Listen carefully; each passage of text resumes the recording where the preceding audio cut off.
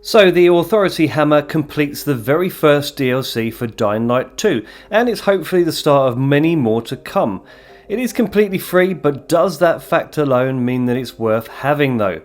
The Authority Pack was released in 3 parts across a single week, and even though all 3 parts are now available, you still have to download them all separately, which I have to say is very strange to me. I don't quite understand why you can't just download the complete bundle in one go, as we've been used to with Dying Light 1.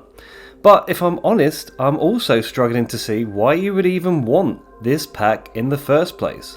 After redeeming the hammer from my stash, it became apparent that it was far from OP, and it seemed comparable to, if not weaker than, the other weapons in my inventory, and it didn't even have any mod sockets either.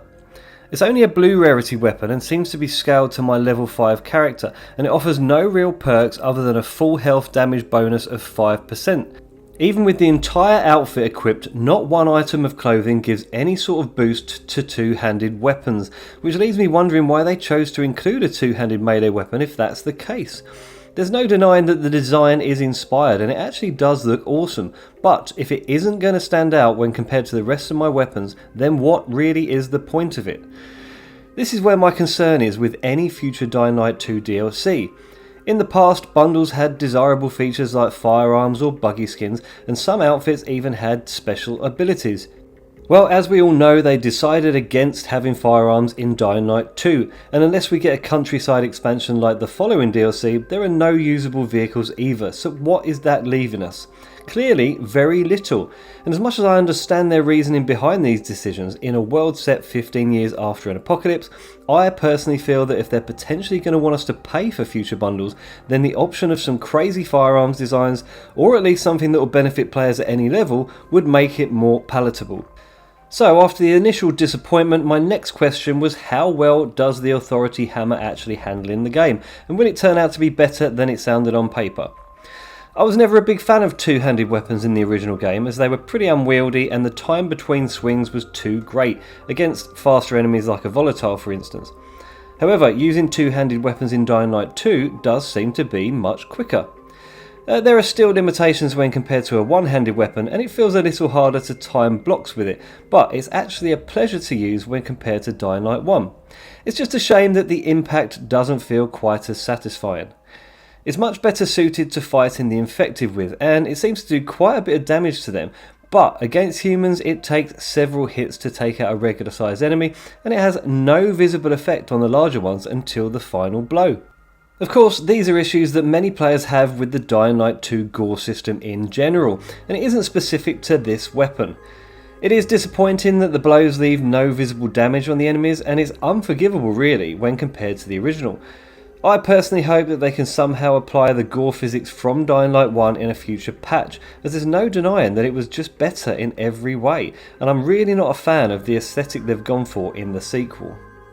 Now, I don't want to come across as hating on Dying Light 2 because on balance it's still a very fun game, and it does have a ton of potential if they can fix certain issues.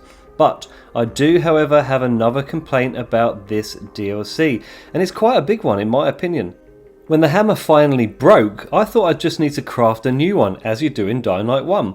However, it turns out that there is no blueprint for this weapon, and instead there's a countdown that enables you to redeem another hammer after 5 hours. You might think that sounds fair, but it actually means after 5 real hours of gameplay, and not 5 hours from when you last redeemed it. So, if you turned the game off and went back to it the next day, the countdown would still be where it was when you last played. This means that in order to replace the weapon, you would literally need to sit and play the game for 5 hours, which is crazy in my opinion. And again, if this is how DLC bundles are going to work going forward, I wouldn't want to pay for something that I can't even use when I want to. Also, not having a blueprint for this weapon means that we can no longer use gold weapons as a base to craft it. So the power of this DLC weapon will only go up incrementally as you level up as a character. So there's simply no other way to improve on its stats. I even fear now that gold weapon dockets will be a thing of the past too, and they were highly sought after as base weapons for blueprints in Dying Light 1, and it's these little perks here and there that have helped keep the game alive for so long. In the interest of fairness, I felt that I needed to see if the Authority bundle might benefit a level 1 player more, so basically, would it make more sense having it at the start of the game? Now, I've barely touched my PS5 version of Dying Light 2 yet, so I downloaded all 3 parts of the bundle again and loaded it up to check it out, and I'm afraid it's as I thought, to be honest.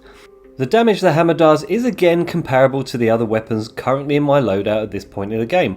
It has a very low damage figure indeed of only 22, but it does give a higher full health damage bonus of 7%, so it did seem to be a bit more fun to use against humans at this stage.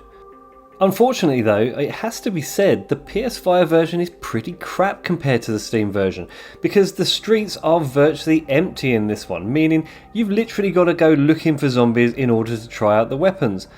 It's such a shame that they haven't optimised the PS5 version to really utilise the console's potential, and we can only hope that they're going to improve on this with future updates. So you may have guessed by now that I just can't recommend this DLC despite it being free, and in fact I'm a bit worried about how Techland will approach DLC in the future for Dying Light 2. If the team who've supported the original Dying Light up to now are not currently involved with the sequel, then they absolutely should be going forward in my opinion, as they know a thing or two about keeping people coming back to play their game.